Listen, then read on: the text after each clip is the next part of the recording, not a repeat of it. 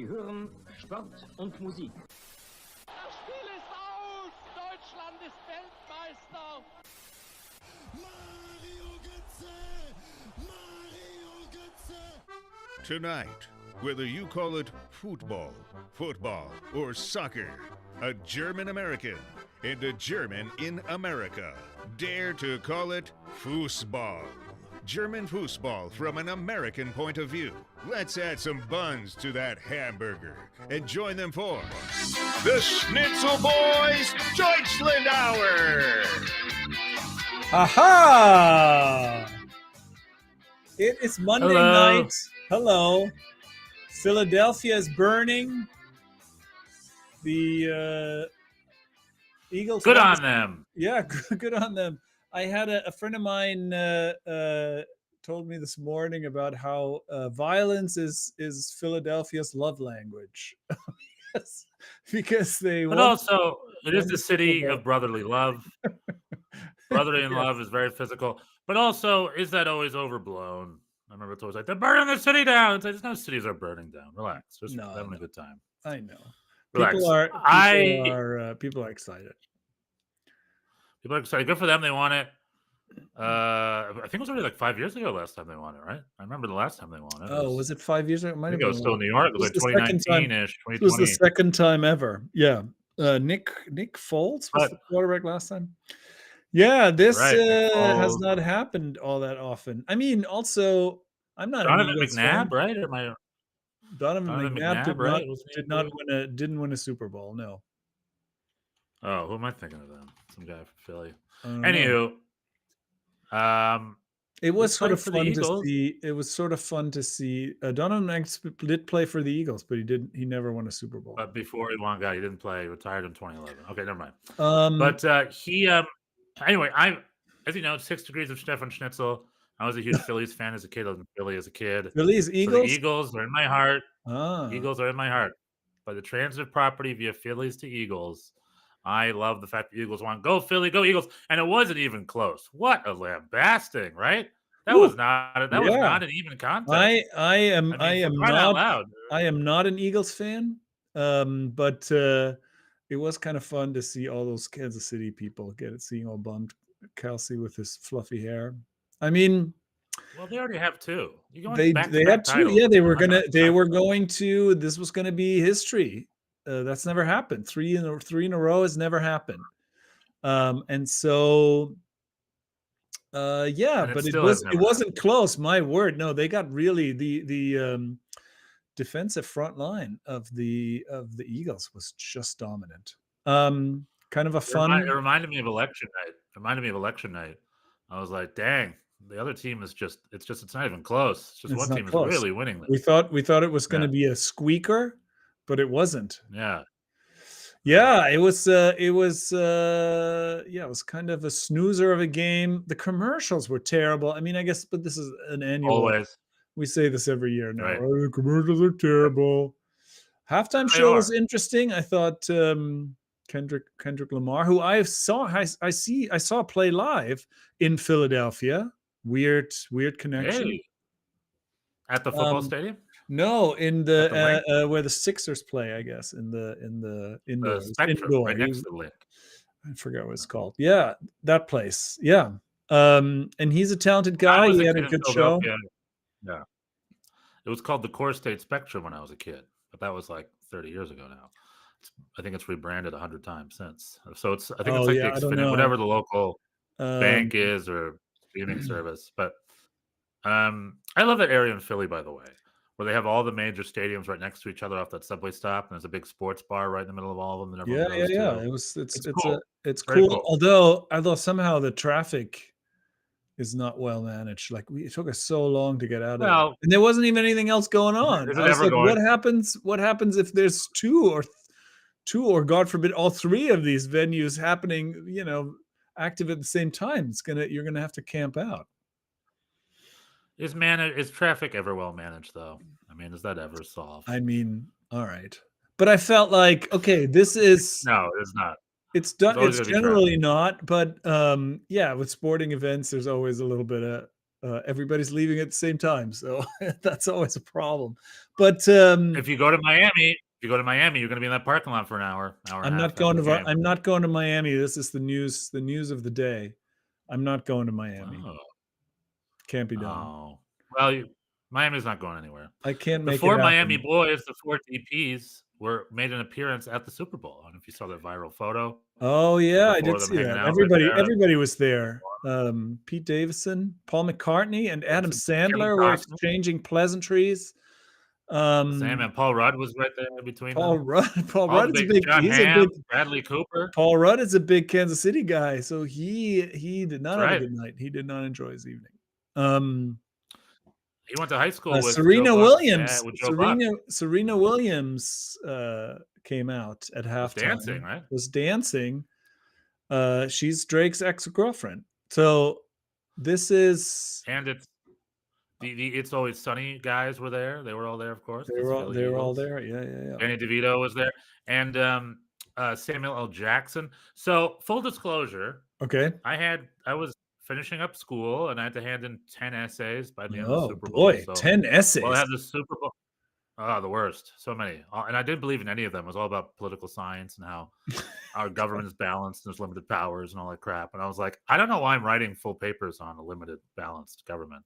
Whereas we don't want to get into what's going on these days. But let's just say now is the worst possible time, maybe even the history of America, to write a paper on a government with checks and balances and divided powers and stuff. Well, I mean, I guess we're going to that's not what find. I'm seeing. We're Not going to on my find news out. broadcast. We're going to find out, right? Yeah. All right, but We are going to find okay. out. Anyway, so in the distance, I heard Samuel L. Jackson hosting the halftime show. yes, that's and I was what like, happened. A+. Because every year commercials are boring, halftime shows are fine, usually pretty good, if ours is just good. But it's like, how are you going to reinvent yourself? And they had Samuel L. Jackson host the Super Bowl show. I thought, what a great creative idea. Yeah, he was Uncle Sam. Like, Uncle Sam. He was Uncle Sam. I loved it. And I heard that from the other room, and I was like, that's a good idea. Well done. However, then I went on X, everyone's favorite social media platform, and people were just ripping it apart, how bad the halftime show was and stuff like that. Really? I thought the halftime show sounded fine, right? I wasn't looking at it super closely, but I thought it sounded fine, right? Or am I wrong? I thought it was good. I enjoyed how they made use of the stage kind of setup. I thought it was shot well. No, I enjoyed it. I mean, my daughter was disappointed that Kendrick didn't get to say any bad words. She doesn't understand broadcast rules of the Super Bowl. Yeah. Janet Jackson ruined Janet that. Jackson. Oof, yeah, exactly. So I mean, it was fine. Did you explain to her that Janet Jackson? It didn't change my life or anything, but I did enjoy it. I have it's good.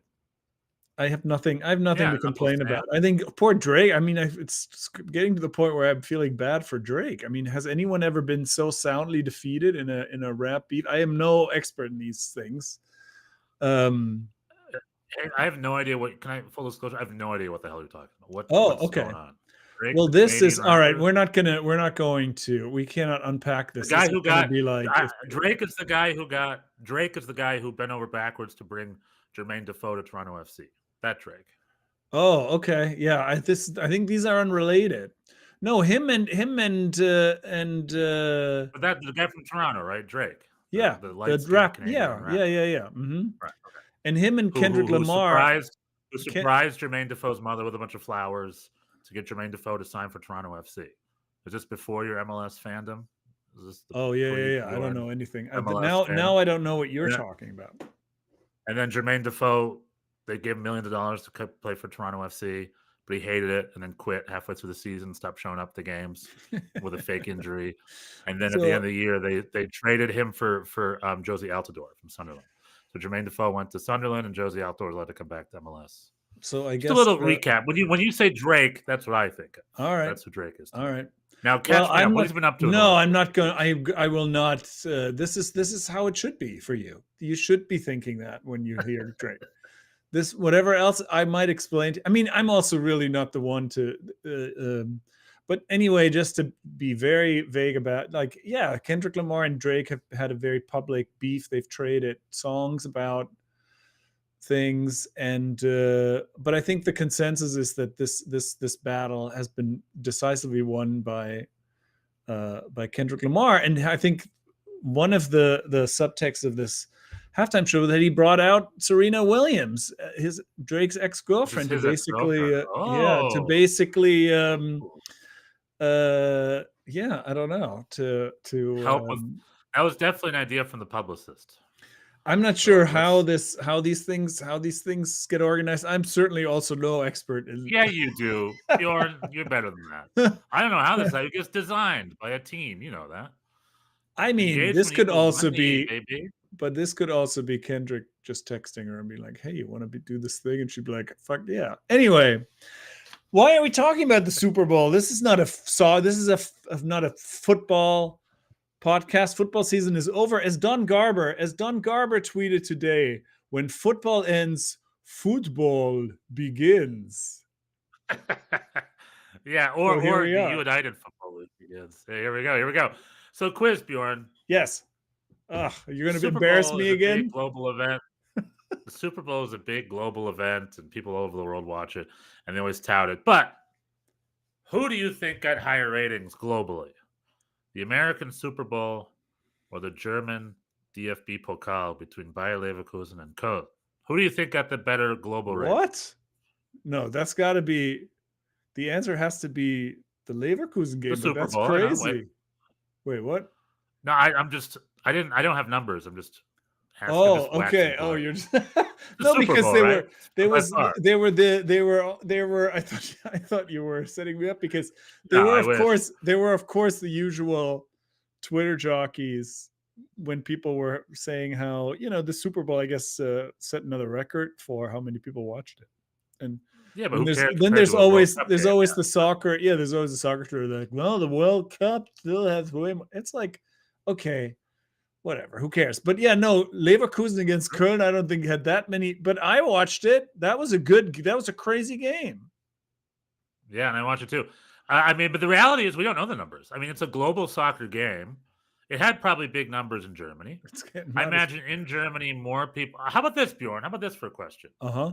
In Germany, did more people watch the Super Bowl or the Leverkusen Köln game? What do you think? That could be close. I agree.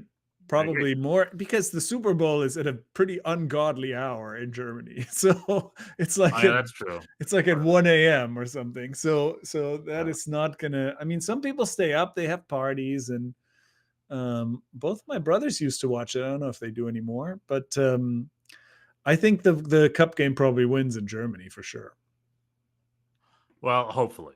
And overseas, you never know. Like a lot of in Africa and Asia, they're players maybe. We don't know. But the reality is, I don't know. I imagine the Super Bowl still has higher global. It was around 300 million. Then households. Leverkusen versus The Köln. DFB Pokal I is think so. I less. think so. Probably. However, I want to continue on a theme, something which should probably have been an open-ended theme, is just focusing on Americans, Yanks in the Bundesliga. The theme of today's episode, or the title I just threw in there, was a new player enters the chat, or a new Okay. man enters the arena. During the Leverkusen Köln game, did you notice the American who scored the goal, Bjorn? Which goal? quiz. There were 5. That's right, and one of them was scored by an American. Did you know that? Right? No. Sounds like you did not know that. Sounds I like you did not know that. No, one of the Köln goals was scored by their American goal scorer, Damian Downs. Damian Downs is an American. Oh, I He's did a not know German that. American, Okay. like the other German American I want to talk about today. Damian Downs he's an American. He's from Germany, but he's got he's like a Jermaine Jones. I think his parents were servicemen. Okay. Or service people or whoever, and he got that passport. And the U.S. Soccer is very aggressively campaigning for anybody with a passport. They've been doing a lot over the last few years. And now with Ricardo Pepi's season-ending injury, Yeah, I read that. Yeah. who's recovering here in Los Angeles somewhere. Maybe I'll try to stalk him and surprise him. I won't do that. But we'll Sneak see. up on him. We'll see. His injury recovery went better than expected, and fortunately, then he had a heart attack when Stefan Schnitzel popped out of nowhere. Yeah, I have that effect on people. I'm a heart attack inducing guy. That's fine. But anyway, with our number 9s, with Ricardo Pepi injured, with Florian Balogun, I think also injured. I haven't heard from him in a while. I don't even know what he's up to these days. I know he's in the books at Monaco, but he's not playing. So I imagine he's injured as well. And then, then after that, it's like, well, then now that they're gone, Josh who is it? Sargent. Josh Sargent, Yep. Brandon Vasquez, who's the next number 9? Yeah. Damian Downs has entered the chat.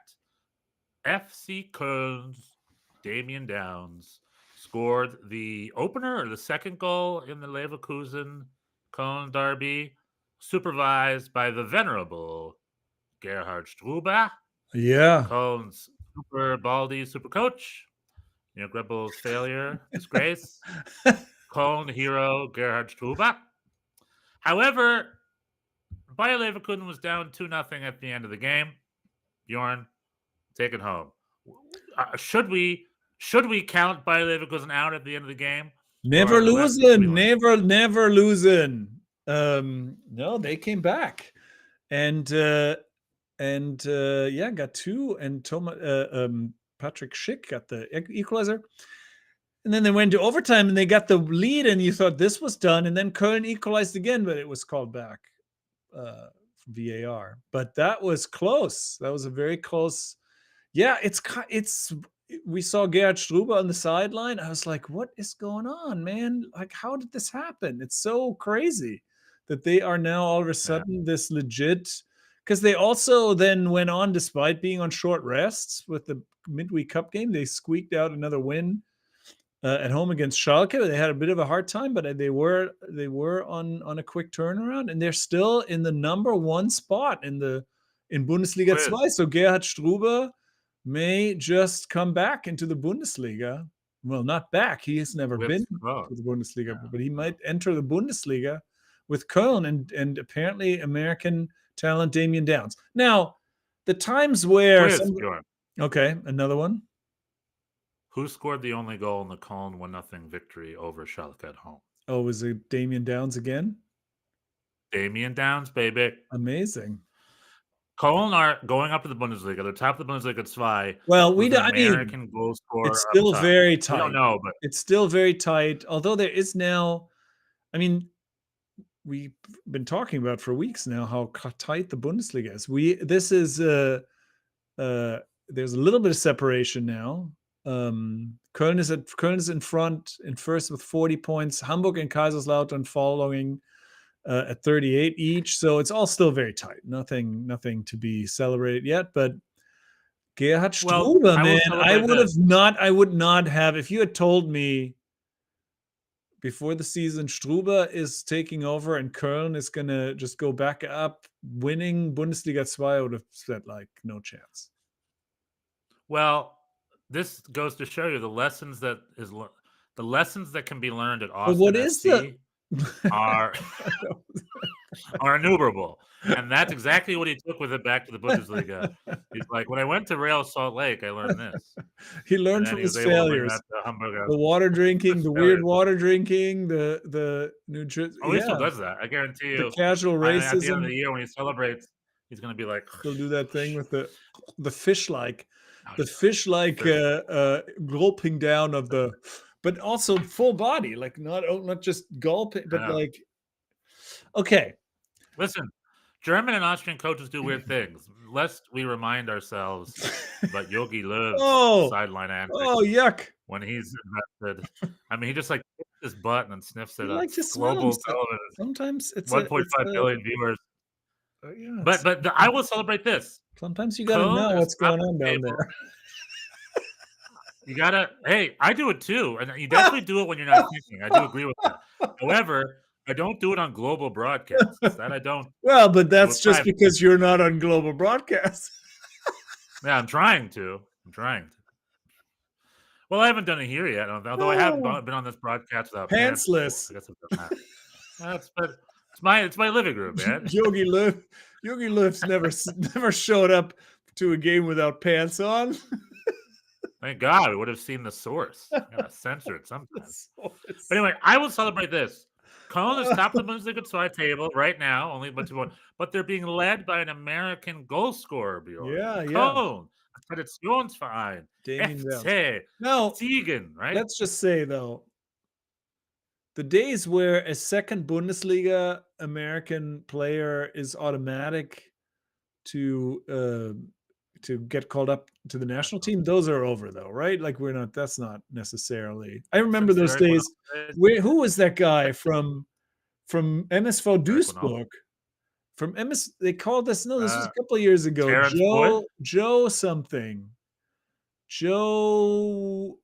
He You don't got mean called Jerome up. Kiesewetter, do you? No. He got called up. He was playing in Bundesliga 3. And he got Oh, called Joe up. Zhao? Joe Zhao? Is Joe that it? Zhao? Yes, exactly. Him. Joe Zhao, whose dad was a pro, and He Joe was Zhao playing from for the he was Dortmund playing for Academy. Duisburg, which are He was Bundes- called in from the national Yeah, he was team? called When was in. he ever Yeah, called yeah. in for that? Very briefly. But that's for the January camp, right? I don't remember. But anyway, I'm all this to say, we'll see about Damien Downs. And then also, oftentimes we've seen this in Bochum for sure, and also other teams where sometimes the Knipse, the Bundesliga 2 Knipse, are not necessarily the Bundesliga top flight Heights Knipses. Yeah, I know. Yeah. I know. Not to rain on Okay, your okay, parade, Joe Damien Zhao. Downs. I'm a realist. I'm not a fool. In June 2019, Joe Zhao made his U.S. national team appearance in a friendly against Jamaica. Okay, so there you go. And then now he plays for the Las Vegas Lights in the USL. Oh boy, yeah, okay. Well, there was Now- a guy named Jerome Kiesewetter, and you're right, he was at Duisburg at the time. There was a guy named Jerome Kiesewetter who Klinsmann called in. He now also plays like for the USL or something before he retired. He was also like he had the passport, but he did not have the skills. But the passport enough does get you in the national team. Yeah, his last stint was the New Mexico United in 2022. This Jerome Kiesewetter. Well, the aura of Europe is often strong, but not always.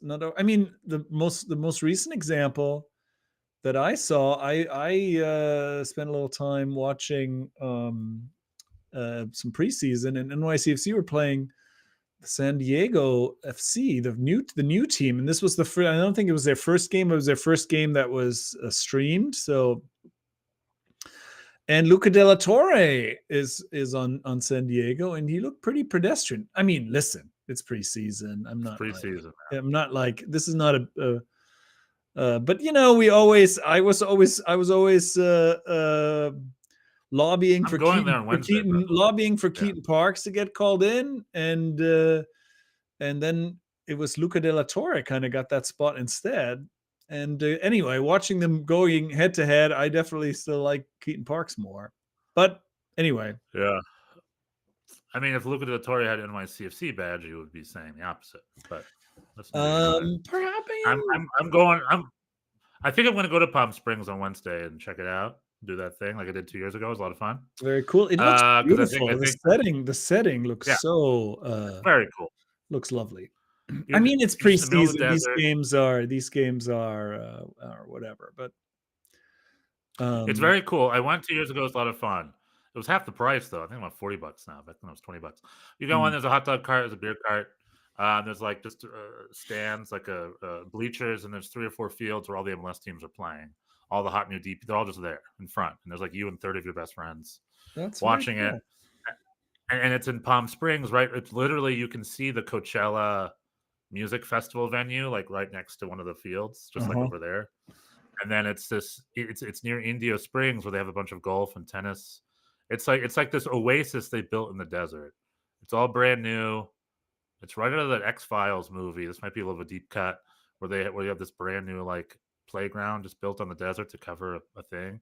It's the same in the middle of the desert, but it's this brand new town, shiny new resorts, palm trees, newly paved streets, and then in every which direction you just see the horizon because it's in the middle of the desert. It's very, very cool. So I'm going to try to go on Wednesday, check out my Red Bulls. But let me go back and answer your question. Is the U.S. national team in a place where they don't call in Bundesliga 2 strikers anymore? No, the answer is no. They've never not been in that place. The U.S. men's national team is still at the place where you have to call the best of what you got. And if there's a young American whippersnapper scoring up a storm in Bundesliga 2, and all the top flight Americans are injured, and the only scores you have are Josh Sargent in the championship and then Damian Downs in the Bundesliga 2, then those are your dudes. I mean, I'm trying to think what the alternative would be. The alternative would be Brandon Vasquez. Brandon Vasquez is not ahead of He's probably ahead.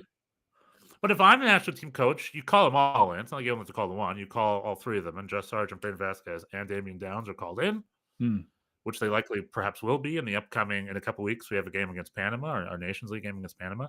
And then I'm sure Brandon Vasquez gets to start, maybe Josh Sargent, because both of them are more veteran. But you give Damian Downs minutes. You give him some minutes. It comes off the bench. That's probably what I would do it. But he's not. I mean, even though he's in the second division, due to availability, he is available. He will play for the men's national team, I believe. All right. Okay. Yeah, good for him. I wish him the best. And perhaps he will go with Struber up to the top flight, and like Heidenheim did last year, go up there and become a mid. We'll see. We'll see. I, for one, love the idea of, and I wish more Americans would do this, of the idea of playing in the second division and then going to the top flight with a team you already know versus joining a top flight team as an individual. Yeah. Like wouldn't you much rather do the first scenario than the second scenario? You know what I mean? It's the games are faster, the teams are better, but I know my boys here. I know who supplies me. You know what I mean? Like you come in, I believe, a little bit more confidence in that scenario. Yeah, no, that's true. But then, you never know. On the other hand, also a lot of the time, then a lot of new players come in and then maybe you lose your spot. I mean, it's a tough business. It's a tough business. And then also, you discover that how can you control that necessarily? You can't be sure that that's what's going to happen. I mean, no. Yeah, it's hard. It's hard to manage your career as a professional soccer player. I definitely don't envy having to make these decisions.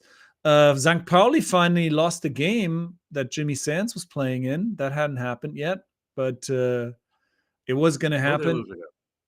What's that? Who they lose against? They lost on the road at RB Leipzig, so no real shame in that. 2-0, but Jimmy started again, played the 90. So by your metric, he should be getting called in then. Yeah, I think so. Both. So the two boys we got our eyes on, James Sands, among others, James Sands and John Tolkien, they're so exciting because they're right from MLS to the Bundesliga. They both got full 90s over the weekend. Right. James Sands, like I said, losing 2-0 in Leipzig, at Leipzig. No disrespect there. St. Pauli is still overall doing really well. And if I'm not mistaken, his stats were right in the middle. He was not the lowest rated, but not the highest rated. Oh, I didn't. So he is. Oh, I can tell you live what kicker gave him. Do it. What did kicker give our boy Jimmy Sands? He got a 4. He got a 4. Ausreichend. Which is that? I always forget. Is that good or bad? No, bad. It's just passing. 4 is C- just passing. It's a D, really. No, it's a D. A 4 is a D. Well, it's better than an F. He got a D, which is not the worst grade, but also clearly not the best. But he was not subbed off. He wasn't subbed off. He played the full 90. I don't know if this is the Yank in me. I feel when Americans start, they're always the first ones that get pulled off. They're always like doing 60, 70 minutes. Not Jimmy. Jimmy's played the full 90. Yeah, we'll see. And John Tolkien. John Tolkien was taken off this weekend, wasn't he? John Tolkien, was he? Maybe eventually. I don't know that he was. Was he? I watched that game, of course, because they were playing. I mean, this was a big game because it was the last place team against the next to last place team. So that was obviously going to be important for. He played the full 90. He played the full game, yeah, and he got a. And he played in an offensive. He also played in an offensive position. He was in the midfield here. Dude. He's here in the right midfield. not left back. Like Well, he usually is. I mean, but same difference. So they have 3 center backs. So that is, I guess that works in his favor. He's a central midfield. Central. No, he was playing. Interesting. He's playing Very on the left. He was playing on the left. Yeah. He was definitely on the Maybe left. this lineup here is a little inaccurate. Lineup I'm looking here maybe is a little inaccurate because that's what he should be. This lineup here has him in the midfield right behind Phil Harris, the number 19 goal scorer. Oh yeah, which would be a no, very not, weird position. not the case. He was on the left. Yeah. And I mean, you know, they have him as a wingback, but he really is Kiel, when they're not playing Bochum, they do more defending than attacking. So they're definitely having it's a 5-man back line where he's playing the left back. He was definitely playing but that. Tolkien played a full 90. Played a full 90, and Kika gave him a 3.5, so C minus. He got a 3. C minus from Kicker, so he got a half a grade. He did a half a grade better than half a grade better than Jimmy Sands. He did assist the goal. He had an up and down game because before he even assisted the goal, he caused the handball penalty like just a minute and a half in, which an incredibly poor start for Bochum. Gave up a handball penalty on a Tolkien cross. Yeah. So that was number one, and then he got an assist eventually. But in between those two, he struggled mightily defending his position because Bochum really put a lot of pressure on him, and he had a really hard time, like even against against Felix Paslak, our very, very diminutive right back, who kept winning headers against. So he couldn't believe his luck. It's like, this never happens. And he kind of and one of those led to the equalizer, the second goal. And not equalizer, the go-ahead goal. Bochum had a go-ahead goal, and they were really pressing, and Tolkien was struggling. But then they switched their formation. But then that was in the second half. At the halftime, the Kiel coach, adjusted the formation and brought an extra strengthened the midfield, and that completely changed everything. Tolkien didn't have to defend as much, and that really helped him. And also Bochum had 2 injuries. Holtmann and Boadu both had to leave injured, and it's just like this season is just not gonna go well. And in the end, this 2-2 doesn't help anyone. And I was saying to you at the time, they're going to do it again in Bundesliga 2 next year. Yeah, perhaps. But I mean, you guys both got a point to move forward. The bottom of the table is it's pretty tight down there. I mean, you really just need to be third to last. Like that's the only reason that this is even. The bottom 3 teams are this: Heidenheim, Kiel, and Bochum. Yeah. Right. The bottom 3 teams are this: Heidenheim, Kiel, and Bochum. Yeah. Not surprising. Yeah. My Heidenheim predictions coming true. That's Kiel true. Kiel to the top flight. Yeah. And Hoffenheim are really struggling too, but they're still 4 points ahead. Right. Yeah, so, I mean, but I think Hoffenheim got rid of their American coach. That's their problem. Heidenheim, as at 14 points, they got rid of their American player. That's about to be part of the problem. This is one of our topics we've talked about today. We'll get that in a bit. Heidenheim got rid of their American, and now they're in a relegation spot at 14th points. Holstein Kiel, 13 points, got an American to hopefully help them climb out. And so far, what we've seen John Tolkien's attacking prowess amplified, as he's got, I guess, an assist or 2 under his belt already. However, his defensive weaknesses are also amplified, which we've known. We know him. We know he's good at attacking, but not the defender of the year as far as man marking goes. Yeah. So hopefully he'll get better at the man marking, and he'll get better also in the attacking vein. So, there you go. But then Bochum at 11 points. They only got a point, but it's 14, 13, 11. So let's pretend Bochum wins next week. Heidenheim and Kiel lose next week. Very realistic. Then boom, Bochum is now in the relegation playoff spot. Yeah, but or at least close to it. And then it's playing like Dortmund at home. We're not going to win. We're not going to win that game. We've won 2 games Are you all sure? year. How has Dortmund been doing lately in their coaching transition? Well, they They lost. lost over the weekend Lost to Bayer at home, Leverkusen. lost to Stuttgart. Oh, sorry, Stuttgart. They lost Yeah. at home. Gio Reyna played that game, but he was not effective enough for them to He do anything other than came off lose. the bench, right? Yeah, Did he? Was it an off the bench appearance? I think so. Yeah, off Yeah, the he bench came appearance. off the bench. Yeah, you're right. You're exactly correct. Off the bench, could not help them recover. Ineffective. They lost at home 2-1. Yeah, I mean, Leverkusen dropped points at Wolfsburg, which means Bayern with a 3-0 win over Werder Bremen. yeah, Bayern is With their old cruising. school tippy top cruising. They're up top. Bayern are cruising 8 points ahead.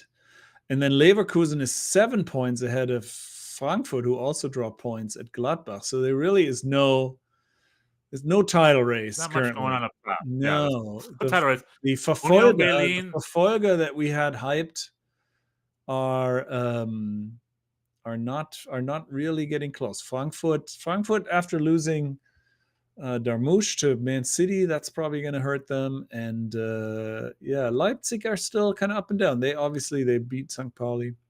Stuttgart won in Dortmund, so maybe they can keep up. But Dortmund is still, I don't know. We were talking last week about how the mentalität is a problem, and it really is. Like they're not bad. They don't play poorly, but like they just, I don't know, they give up these goals that are not. I mean, they're just a dysfunctional. There's a dysfunction in that team, and I don't know if Niko Kovac can turn this around. But I mean, well, he's the guy to do. He's done good work before. We've said it, but I'll tell you, the time is now for Gio Reyna to prove he's worth. I agree. He's coming off the bench. Back in the day, during the Erling Haaland days, he was coming off the bench scoring winners, and that was like the beginning of his legend. And now, a couple of years later, he's come off the bench and he's just futzing around being ineffective. I don't want to put it on his shoulders, obviously, but I don't know if he's aware of the weight of the crossroads he's at right now, where he's this close to being some second division player no one's ever heard of. He's like pretty close to teetering. He's still at the big club. He is coming off the bench. He's getting some more minutes, but it's like you do have to prove yourself right now. It is now, because if not, you're on the chopping block at the end of the year, and who knows where you're going to head. So the time is now for Gio Reyna to be a little more effective. If they're down a goal, he needs to come off the bench and score that equalizer, score that winner. Come on, Gio, you need to do it. We believe in you. Hoffenheim, after getting Pellegrino Matarazzo, their skid continues. They lost 4-0 to Union Berlin over the weekend. But the other American I'd like to talk about is Heidenheim. Leonard Maloney got rid of Leonard Maloney, transferred to Mainz over the winter time. That kind of snuck under the radar for me because I guess lucky for him. That's an upgrade for him. He was a huge upgrade. He's now in Mainz, a club very near and dear to the Schnitzel boys and the Schnitzel Cups here. And Mainz, I believe, did get a loss over the weekend. No, they tied at home to Augsburg. Noah Kai Banks coming off the bench there, the other young American we got our eye on. Leonard Maloney, an unused sub. But if Leonard Maloney can get involved with his Mainz lineup, hey, he's also one to watch. Also, maybe he hasn't had a lot of minutes. Could come back. To watch. He's an American to watch, and Mainz is a team to watch, as Mainz sits comfortably in 7th place, which would put them, for a club like Mainz, puts them as leader of the pack at the mid-level flat. Yeah, they could not find the winner against Augsburg though, and that put them out of the European places for now. But yeah, those are still. That's the Bundesliga. They're now only trailing Stuttgart by 3 points. I mean, they're only 3 points, but no, everything's possible. Yeah, good on Mainz. And now we got an American we can look at Mainz, Leonard Maloney. Let's do it, baby. It is an exciting time for Americans in the Bundesliga. Like I said, we got Damian Downs, we got Leonard Maloney at Mainz, Gio Reyna. We still got Joe Scally. There was an article recently about him being under the radar, serviceable right back, whatever. But just like John Tolkien, I think his defensive weaknesses hopefully will get better over the next year or two. That's going to be interesting.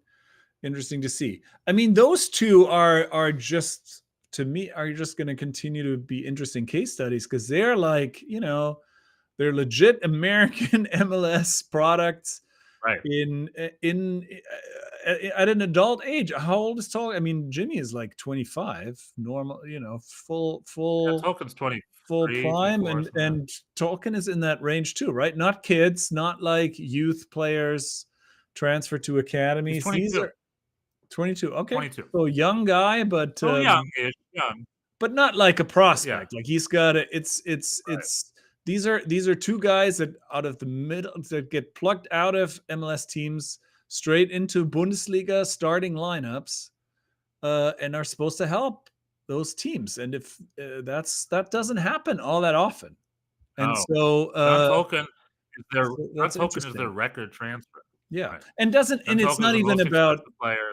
for Kiel, ever. Yeah, I mean that also says something about Kiel, but I mean, it doesn't even matter if American or not. This just doesn't happen that often that people just get plucked out of MLS into top Right. 5 leagues starting lineups just like that. So very interesting.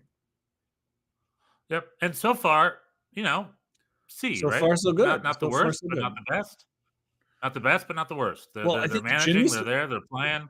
Jimmy's been quite good. I mean, St. Pauli haven't lost with him playing until this weekend. I mean, still small sample size. He's I mean, I think it's a better fit for him in a way, because he has these defensive qualities that St. Pauli need. John Tolkien, Tolkien's going to have to defend his position. If he can't defend Felix Passlack, then that's not going to fly for long. But that's why he's there. That's why he's going to get better. But Tolkien has been affecting them offensively. Like I said, he assisted the goal. He's been effective. Yeah. On that team. Sure. Kind of still getting used to it. But also with Kiel, it is the Bundesliga, but it's also Kiel. At the end of that game between Bochum and Kiel, there were some tired legs out there, and Kiel missed a couple sitters. Oh yeah, well, I don't know who it was. I think it was Phil Harris. Their yeah, number 19 at top. They had a winning winning ball, and I was like, that dude.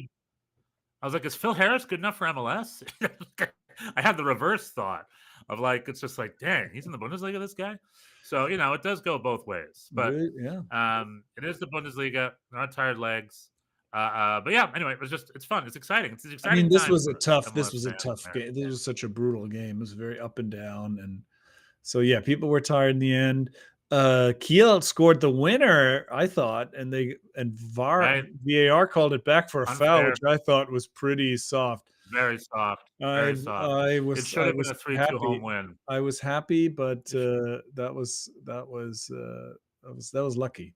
I mean, yeah. As I texted you then, so don't mess with Bochum's lawyers. I know. The only and as I responded, the only part of the team that strikes fear into anyone is the legal department. Yeah. So you're lucky to get a point, but a road point's a good. The appeal. It's not a good point though. If we're not going to win at Kiel, where are we going to win? 0? It's not going to be. We're not going to. There's no. I have no hope.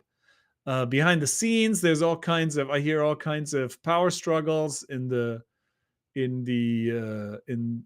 the president and the board. Everybody's fighting. The new board doesn't have the contacts or the expertise to hire a new sporting director. This was news this week, and so they're relying on the current. They don't know anybody. It's really this is what I read. So it's things are very dysfunctional on and off the field in Bochum, and so I still think we're going down. But I'll email them because you can do the old Bill Manning, which is just go on sport. What's it called? Sportreport.de. What's that website? The one that what's his face from Vancouver runs. Go on the sport Transfermarkt. Yeah. Go to transfermarkt.de, Google sport directors out of contract. Just find somebody. And then press. I know. It's so weird. It's so weird. So yeah, I don't know. We will see. I love that they can't figure that out. We don't know anybody. We have flat out don't. And I've said this before, Bjorn. Send them a resume. Be like, you do know I somebody. don't want to do it. I don't want the job. Do it. It'll be fun. It'll be fun. I'm going to move It'll back help to our rating. Bochum. I'm going to move back to Bochum. Those are No, do it remote. my college. Do it remote. Do it Okay. via Zoom. Do it via All Zoom. right. Yeah, move into your old college dorm. It's like welcome back, Cotter. I didn't live in the dorm. I had a very nice apartment. I had my own little annex to a big apartment building. I was in the Yeah, and it was what 30 Mark per monat. How much was it? it was not very expensive. And it was walking distance to the stadium. Beautiful. Bingo. Anyway, those were the days, but I'm not looking to go back there necessarily. It's a currywurst Buddha right outside. I just ate there 3 Oh, times there was day. a Just go bakery. outside. There's a bakery Lingemann. I don't know if they're still there. They had this rhubarb shortcake that I still dream about. Unbelievable. That's All really right. good. Well, that's question. enough Bundesliga talk. Oh, you got another quiz for me? Let's hear it. I'm going to get this one. Question. Oh, No, it's not a quiz. I get advertised online about something called the Brotbox.de. oh, And it's a German bakery home delivery service oh. where you give them money and they send you a box full of German pretzel bread and Brötchen and thing. Mm. It actually looks really good, but the cheapest box is $50. Well, of course. I I mean, mean, they're for going to like ship it. They're for going to 10 rolls they're and then gonna ship it from Germany? two rolls. No, I mean, I imagine it's here in the States.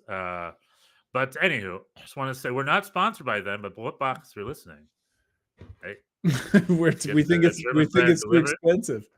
Oh, you would like expensive. to get sponsored and get free stuff. But a sponsorship in it, I think it's half baked. You know, that's my favorite stuff at Trader Joe's: the pre-baked, the take and bake. Oh, the ones that are half-baked par and just par finish it. baked. Ah. I think they have And, that in this Brotbox, which is like Brötchen, but it's half baked Brötchen, and you finish it in your oven. The best way to do it, I think. No work, but all the rewards. all the and fresh glory, none of the work. Okay. But anyway, so that's the Bundesliga. Yeah, we got Americans. We got our eyes on. We got Damian Downs, Noah Kai Banks, Leonard Maloney. How's he gonna do at Mainz? How are Tolkien and Jimmy Sands doing? Will Gio Reyna get off his butt and score a winner? You know, where Joe Scally continue to go to strength to strength. This and more. Same bat channel, same bat time. Tune in every week at the Bundesliga. Oh, are we how's done? that This for is now? it. Are we Right, Bjorn? done? No, Bjorn, you said we're done with the Bundesliga. What you got for me? What's next? Champions League tomorrow. Knockout round begins. No more of this league. No more the huge table is behind us. Now it's just the old home and away 2-game series. No more away go rule though.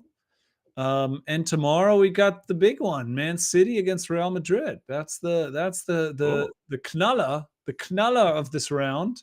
The big matchup. Well, I would argue the Canela is Dortmund versus Sporting, right? Isn't that Germany is probably the one they're looking at more? Dortmund. Oh, from a German You got perspective. Dortmund. Yeah, from a German Yeah, perspective, and then because it's a German team. From But an in terms American of- perspective, it's a different game. This is a German-American podcast. So from a German perspective, it's Dortmund versus Sporting. well, from a German From American perspective, it's Juve against PSV. bingo. Unfortunately, Ricardo Pepe's out, Right. but we still got Malik Tillman, and also other guy is out all season. Richie What's his name? Oh, Richie Ledesma? No, the other one. No, not Richard Ledesma. The real one. The other one. The famous one. The Dutch American dude. He's out for the season. Oh, Dest. And then Dest. Thank you, Sergino Dest. He's also out for tomorrow. But we got Richie Ledesma and we got Malik Tillman. Isn't Malik Tillman? In And we this got one too? Weston McKennie, right? On the other And side. Timo Weah, the son of Oh, Bulgarian right, president yeah. of Timo And Weah. Yeah. and Musa and So Yunus that's the and big Musa. American one. And Musa. No, Musa's at Milan. Oh, Musa's at Milan. I'm sorry. Right. So we he's got him next week. Pulisic. Musa's next. But Well, he's tomorrow it's Wednesday. Wednesday. My information says Tuesday, February 18th for Milan.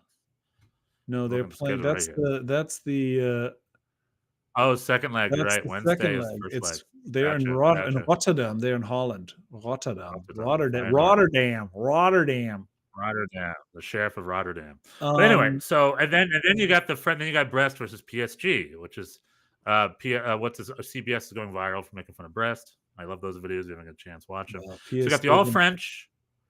Brest versus PSG. You got Dortmund versus Sporting. Dortmund should be able to handle it.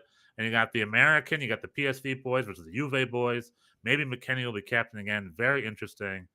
Essentially American crime there, so it might not be the best to watch, as some Americans will definitely be eliminated. And then, yes, if you've got time, check in the Man City Real Madrid game. the two biggest and richest, probably wealthiest clubs in the world. Man City and Real Madrid, who are both struggling enough to meet this early in the Champions League. This is usually like a semifinal matchup. But yeah, they both have their struggles, so that's going to be really interesting. I would just beg to differ in terms of your optimism with Dortmund. I think Sporting could very easy. I think this is a very even matchup. I don't think Dortmund will blow those guys away. And they are not. I didn't say they're going to blow them away. No, okay. They're favorites, right? Not in my book. I don't think. They're the higher ranked team. So yes, that's why they're playing their home game. But I think this is pretty tight. This is a pretty tight. What I will say, this is an opportunity for Gio Reyna. Like again, I'll echo my sentiments. Gio, come off the bench, score the winner. Gio, who is part Portuguese, I believe. I think. Maybe I'm wrong, but make your roots proud. Go beat Sporting. Go beat Sporting. Make Americans proud. Okay. Yeah. Let's do it. And then we have Celtic. And then Wednesday we got and Bayern, Bruges and Bruges and Atalanta, Celtic and Bayern, Rotterdam and Milan, and Monaco and Benfica. Yeah, tomorrow is bigger. Tomorrow is bigger. From an American point of view, we got Pulisic. We got Monaco and Milan. Yeah, we got Monaco. We got Flo Balogun at Monaco. And then we've got Yunus Musa and Pulisic at Milan, at Feyenoord. Rooting for Milan, rooting for Bayern. And from a German perspective, we could care less. We got a bunch of Germans on Bayern. True. Yeah, for Germans. I'm sure there's a couple of Germans futzing around Atalanta and Brugge, maybe, but maybe not. I don't think so. I thought that Brugge could care less. I have no connection to that at all. Brugge. Americans have played. Ronnie Dyler coached them not too long ago. I was briefly a Brugge fan, but not anymore. But not now. No, he's not now. He's not playing. He's not playing Atalanta. He's coaching in Atlanta. See what I did there? That's right. Good. He's the new Atlanta coach. Yeah. Oh, wow. We'll get to that in a bit. MLS is going to kick off in a couple of weeks. I believe, via my T-Mobile subscription, that I'm going to get MLS Season Pass for free this year.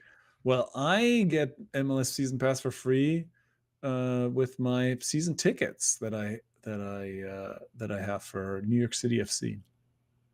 Yeah, but I didn't have to buy season tickets, so I just get it for free. You had to spend a lot of money on season tickets, and they threw it in there for free.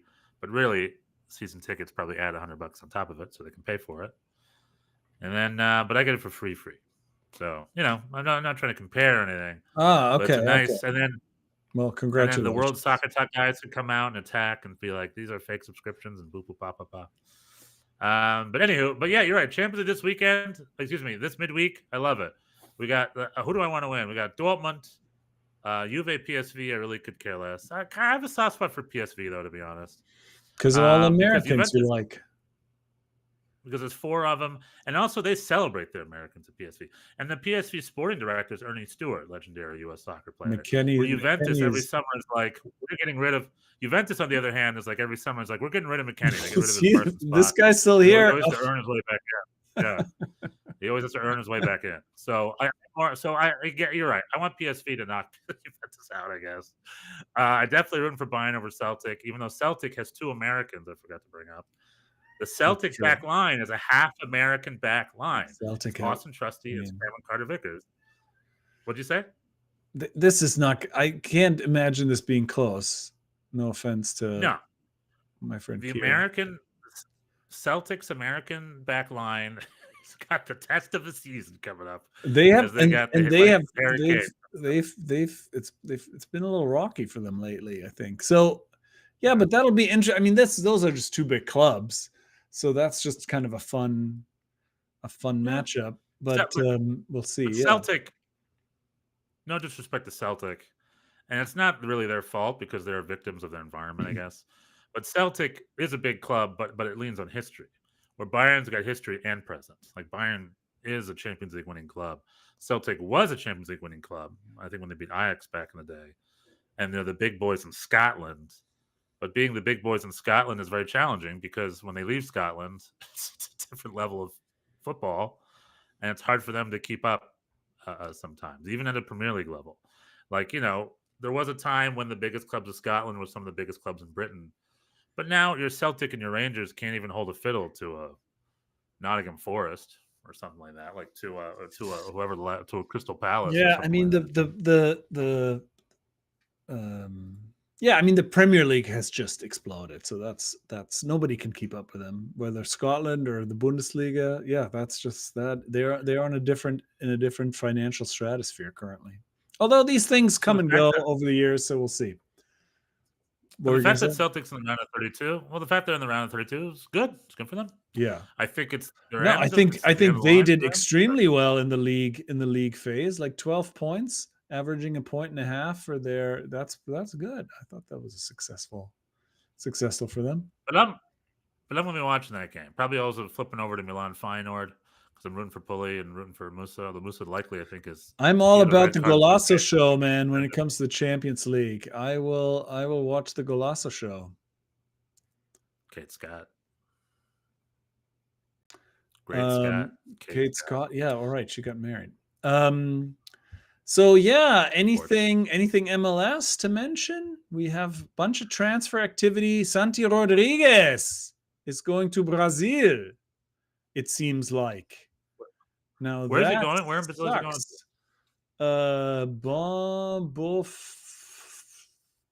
Botafogo, one of Rio's biggest clubs. CC, oui. Yeah. Sao Paulo's got 4 big and Rio's got 4 big. The 4 big ones in Rio are Flamengo, Fluminense, Botafogo, and Vasco da Gama. Okay. And the 4 big ones in Sao Paulo are Sao Paulo, Corinthians, Palmeiras, and is it Portuguesa?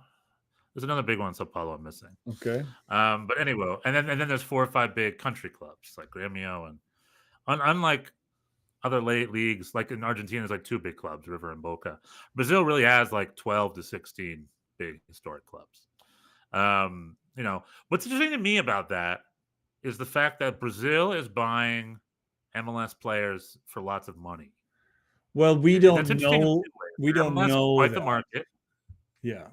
I thought the deal, Santi Rodriguez, it's a $15 million deal. Well, it's not official, and this number, that's the number that's been thrown around. I don't know. You don't know until you know. It's a lot of true. That's why, if that's true, then they have to sell. Like for that, they have to sell it. But is it true? I don't know. This right now. I want to do this right now.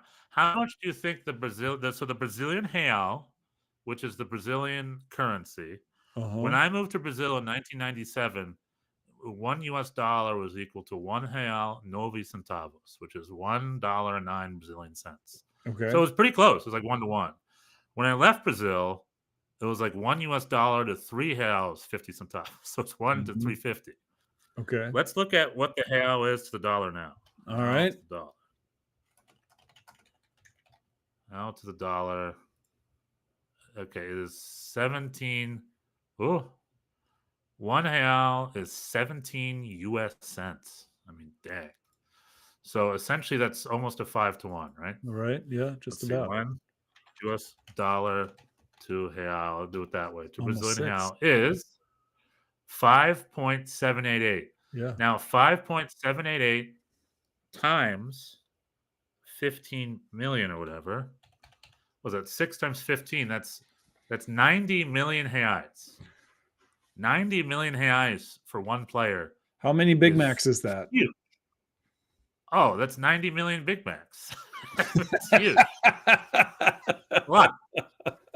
When I lived in Brazil, a Big Mac meal was 4 reais and 50 centavos. Okay. That's 4.50 reais, which would be the equivalent of $1 today Oh, all for right. for a whole meal with fries. Dollar and menu, drinks. the dollar Anyway. menu, man. You can have that here. I'm just trying to say that the Brazilian market, to have a muscle to spend $15 million US on an MLS player, is surprising. But It I means think the Brazilian market, the Brazilian soccer league, must be going up, and I haven't. no. been noticing, But like, I for think, this but I financial think this is a sign not of the newfound prowess of the Brazilian league. I think this is a sign of this being not true. These numbers that are being thrown around being potentially false, I think is more likely. I mean, it could be. or it's 50 million reais, right? And they just got the denomination wrong or something. Oh, and that would That's be $3 more million. believable. That'd be $3 million, which You're that right. would not be enough. I don't think that Right. we should not sell Santi for $3 million. So yeah, I mean, we'll see. It's a big. Is Santi Brazilian, by the way? No, he's from Uruguay. But Oh, apparently, from what we've heard, personal terms have been agreed, and now it's the question of the transfer fee, and that could be a sticking point because for $3 million, we're not going to let him go. Santi, by all accounts, he hasn't played in preseason, but he's still with the team, according to Glenn Crooks. We've gotten 0 DP minutes so far in preseason. Santi's not playing. Thiago Martins is hurt. Thales Magno is who knows where. And is he with the club, or where is he at? Is he with the club? he's or at is he- Corinthians. You say it so nicely. He's still with Corinthians? With an Corinthians. H, just with an H. You can say Corinthians. Corinthians. Corinthians. Yeah, it's, Yeah, I he's still discussed there. last week. It's based on an old English club called Corinthians, and the Brazilians, their R's are H's, so it's Corinthians, and then the Right, TH right. is a CH kind of. Yeah. Corinthians. But I just find it interesting that just the MLS market is very healthy in a lot of ways. We're spitting kids straight to the Bundesliga. Yeah. We're spending $2 million on EPL people coming in. And then Mexican clubs are spending a lot of money on RDPs. And now we got Brazilian, Argentinian clubs. Argentinian clubs have always been involved, but now the Brazilian clubs are getting in our action. And now It's not just Santi Rodriguez; it's a couple other they're. I don't know. It's interesting because the Brazilian market. It's just interesting. The MLS market seems to be a very healthy transfer market.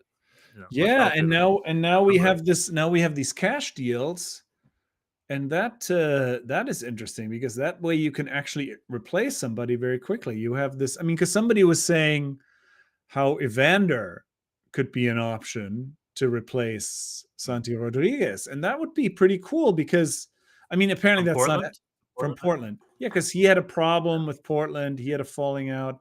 He's going to leave, and apparently he's going to end up in Cincinnati. That seems to be so. He's not coming to NYCFC because Lucho Costa is going to go someplace. But now you can, Right. you have these players, and you have these intra-league cash deals. And so now you can actually replace somebody quickly, potentially, with somebody who knows the league and where you know what you're getting more so than, like if we get another, because it was such a, like, first of all, the whole transfer saga, getting Santi, there was like months of speculation, and he was in Uruguay, and then he was on loan with another. It was such a complicated thing. And then when he finally arrived, it just takes a while. It's not like these kids just get off the plane and are immediately superstars. He was Right. eventually quite good.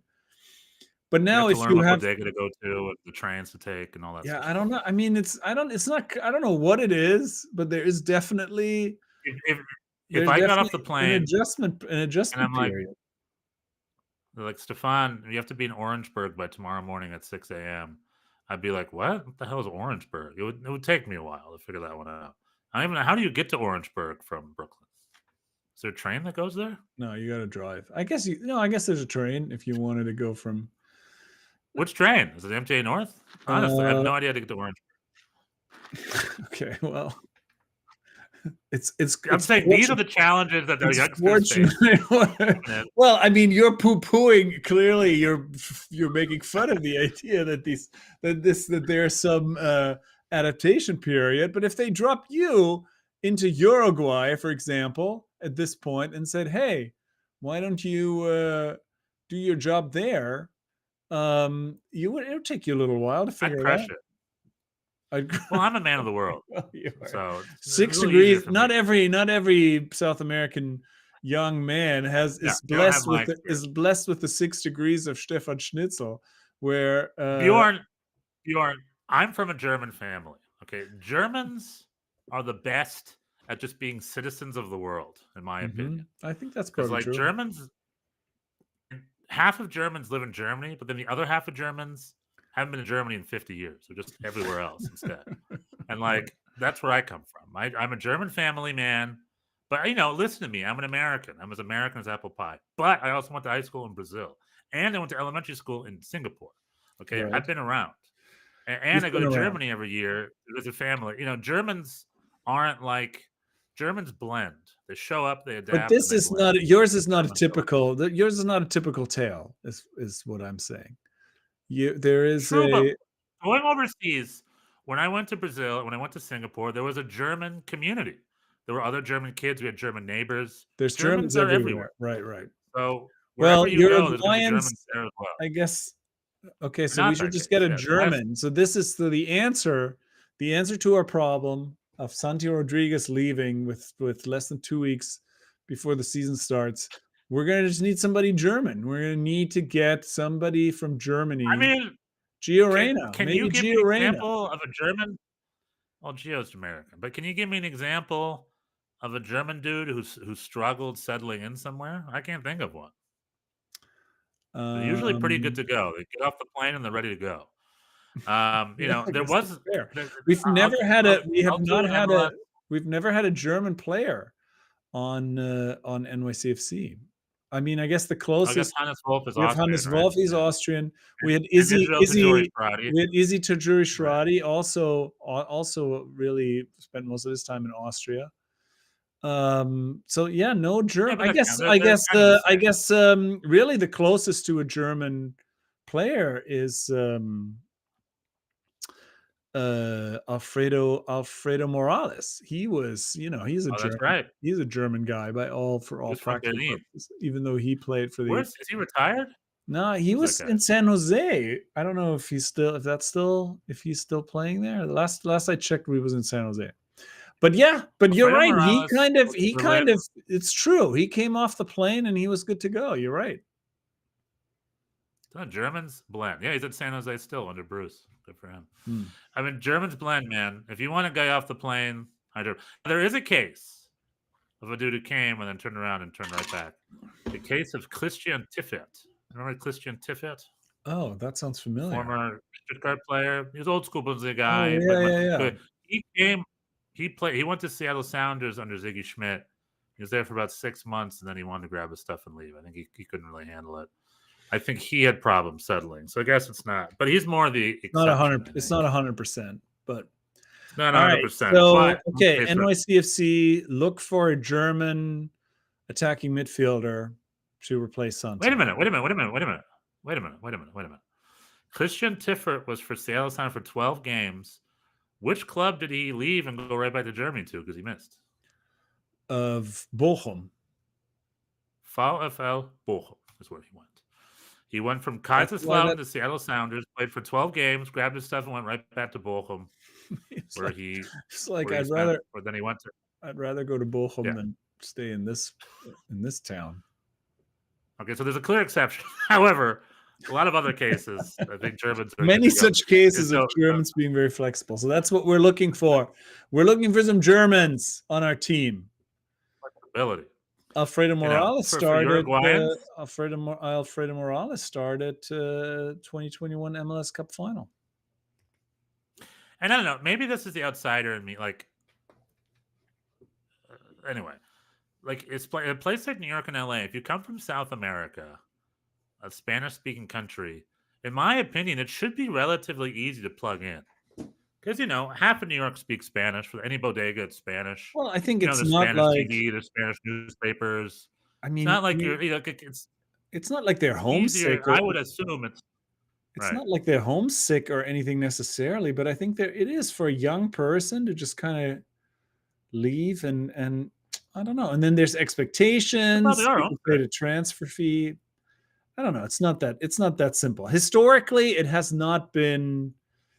It's not hasn't been such a. I mean, clearly a lot of these kids like Jovan Mijatovic, he couldn't get back to Europe fast enough, and Right. so yeah, it'll be interesting to see how this season goes. I see all of the East and a lot of MLS getting very high quality players coming in, and we are sort of sitting on our hands. So hopefully that will change. It is interesting how the Red Bulls and NYCFC are like switching off seasons. Like usually we do nothing, and you guys are pretty active. But this year it seems we're relatively active. We had we signed this Chilean left back, and then we signed Tim Parker, one of our old vets, came back, which I'm so excited about. And then we had Choupo-Moting coming. You know, we had a pretty robust offseason, at least in New York Red Bulls terms. And the Timo Werner rumors are still kicking, or is that not happening? And we have that Mainz. We also had that Mainz player come in. Name escapes me at the moment. One of our coach's former boys from Mainz is coming in. You know, a good, solid, again, a German dude, probably very adaptable. He'll probably be right off the bench. He must be in Palm Springs right now having a blast. I'm going to go, like I said, I'm going to go on Wednesday and keep an eye, see how the Germans are doing. I'm going to go see if they're having a good time in Coachella. So all right. Wednesday, because they don't got a Coachella in Germany. But you know, yeah, we'll see. I mean, what are you? You have this new coach. You tell what you know. You're just getting no news, like nothing's going on. You tell me. Well, I Your watched first game the is in I two watched weeks? the I watched the I watched the preseason game. Alfonso Martinez is scoring goals. He's picking up where he left off. Crazy. He and Munsif Bakrar got to play together. That never happened under Cushing. So I don't know if that's an effort of the new coach to see if that might work. If they can. I mean, everybody looks good. It's a pretty good squad. We got a lot of young players. Some of them look decent. Johnny Shore especially stood out in the midfield as a potential option. Academy. Yeah, he's from he's played a lot for NYCFC too. Well, that's my song. The more academy kids we can get brought through, I'm happy. My heart. I mean, we have a bunch of, but I don't know. We'll have to see how many of them will actually get some time. But yeah, he looked good.